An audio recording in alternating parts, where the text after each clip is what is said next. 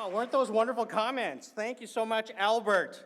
And thank you for getting some laughs at AIT's expense. I appreciate those digs at our budget. Thank you very much, Albert. Usually, that type of treatment is reserved for only Taiwan's special friends like Uber. So anyway, thank you again.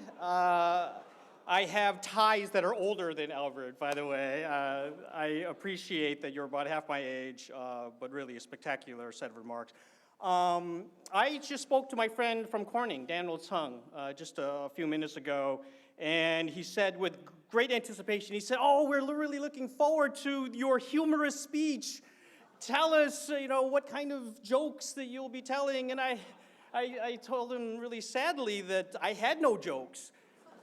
We don't have a joke writer at AIT, or we don't have a joke writer any longer. According to the Taiwan media, we had to lay off our joke writer at AIT to help pay for all the hundreds of Marines that will be guarding our new facility starting next year. Yeah, thank you. Anyway, to all of our Taiwan media, that was a joke. So please don't publish that. And if you do publish it, that joke came from Albert Chang, A-L-B-E-R-T, capital C-H-A-N-G. Thank you very much.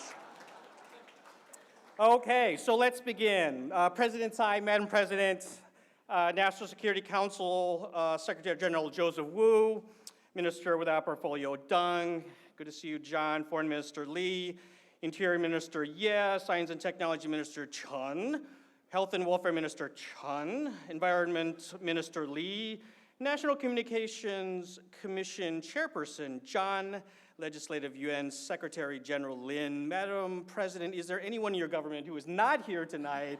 I'm not sure. There must be a designated survivor someplace out there. We also need to recognize our AmCham. Thank you again, Albert. President Andrew Wu, the lovely Andrew Wu. Vice Chairman Tsang, I just mentioned, AmCham Board of Governors, AmCham members, and distinguished guests. It is a pleasure to be here with you this evening. Jia Wan An. Great. We are honored this evening by the presence of Madam President Tsai. As Albert mentioned, this, I understand, is a record attendance for one of these things. 700. They actually had to add 2 tables in the back over there. Don't worry, we'll get over to you to toast you a little bit later on as well. But I know one thing about the 700, all of you are not here to see me, that's for sure. You are all here to see Madam President at her first Hsieh Nien Fund. And so that is a testament to you, Madam President, that there is such anticipation for your remarks a little bit later on.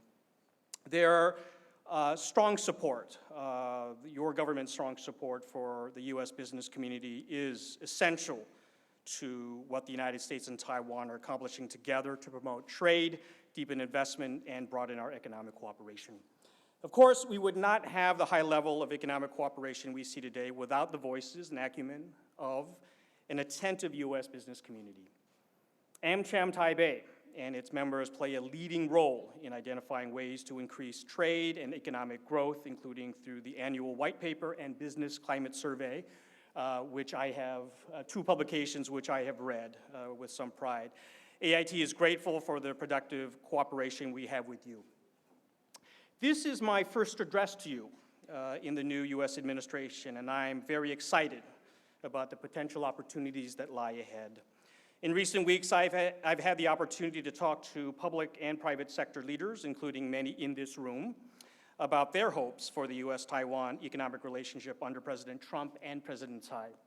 One common theme stands out. There is tremendous enthusiasm for expanding trade and investment ties in ways that would bring mutual benefit, reinforce our shared values, and demonstrate renewed commitment to advancing our shared goals for the Asia-Pacific region. This enthusiasm, I believe, reflects the naturally strong and long-standing ties between our economies and our peoples. The United States and Taiwan have grown to become each other's 10th and second largest goods trading partners, respectively. Taiwan is a top 20 importer of U.S. services and a top purchaser of U.S. agricultural exports and intellectual property. Taiwan's investments in the United States bring jobs and economic growth to communities across America, and we look forward to welcoming more investors from Taiwan at the Select USA Investment Summit in Washington this June. U.S. companies, for their part, choose to invest here in Taiwan because it complements their global strategies and enhances their competitiveness. Cooperation on regional and global priorities has been and will remain a pillar of the U.S.-Taiwan relationship. We share similar views about the importance of a fair, open, efficient, and transparent trading system. Our cooperation in APEC is central in promoting these shared values, and we were proud to jointly announce at November's APEC meetings in Lima a new sub-fund on women and the economy to improve women's access to capital and training across the Asia-Pacific region. Beyond APEC, we are extending our global reach through the Global Cooperation and Training Framework, which, in its third year, is bringing U.S. and Taiwan experts together to train public sector professionals from throughout the Asia-Pacific region. This year, we are focusing on challenges such as global pandemic diseases, disaster relief, and bridging the digital divide. Our work through the International Environmental Partnership will continue, bringing our innovative environmental leadership to communities and youth all around the world. This joint program promotes awareness and problem solving about air pollution, mercury monitoring, and electronic waste management. Regarding our trade relationship, President Trump's trade policy agenda, which was recently released by the Office of the U.S. Trade Representative, or USTR, calls attention to the stakeholders and issues that matter most to the U.S. economy. Our businesses, our workers, a fair opportunity to compete, the need to eliminate trade barriers, and the pursuit of new trade agreements that are free and fair for all Americans. The trade policy agenda notes that President Trump will take a new approach to trade issues and has begun consultations with Congress on how future trade agreements can work more effectively than in the past, to include potential bilateral talks with other economies. The trade policy agenda continues to underscore that the U.S. administration will emphasize the enforcement of U.S. trade laws and the pursuit of open markets. Several concerns mentioned in the trade policy agenda will resonate in Taiwan, such as the need for greater access to foreign markets, fairness in the international trading system, and respect for intellectual property rights, or IPR. The United States and Taiwan, in fact, have already made joint efforts to address some of these concerns. IPR, for example, is one critical area where we have increased our coordination. I am pleased this evening to announce the signing of an AIT CHECRO, our representative offices, and our Memorandum of Understanding on IPR enforcement cooperation that will help the United States and Taiwan respond to violations of intellectual property rights, laws, and trade fraud laws. The MOU demonstrates our shared recognition that our economies achieve the greatest prosperity when our innovators and creators can profit free from the threat of IP theft, and when commerce can flow protected from the damage inflicted by fraudulent and unfair trade practices.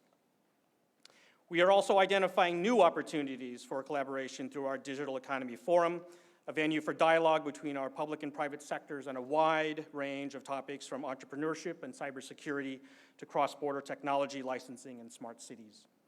Development of the digital economy will be critical for the growth in the 21st century. This is why AIT has encouraged Taiwan to be open to new approaches by companies in financial technology, what we know as fintech, the sharing economy, and private equity. These are just some of the tools that are essential to making the new economy work efficiently and productively. Our ongoing dialogue in the Trade and Investment Framework Agreement, or TIFA, will continue to shape our joint priorities in the coming year and will serve as a forum for discussing areas of concern in our trade and investment relationship. We welcomed progress at the October 2016 TIFA in areas such as IPR patents and pharmaceuticals, but also we note the need to work harder in other areas, especially in the areas of agricultural trade and investment. The United States looks forward to continuing these important conversations in the coming months and working toward concrete progress that can help drive our economic relationship forward in the 21st century. So I've got just a couple of concluding remarks before I turn it over to Madam President. The policies and efforts I've described just now exist against the backdrop of a consistent and longstanding U.S. policy approach to Taiwan. The United States remains firmly committed to the Taiwan security and the One China policy that's based on the Taiwan Relations Act and the 3 joint communiques. We seek a peaceful cross-strait relationship and believe in the importance of cross-strait dialogue in achieving it.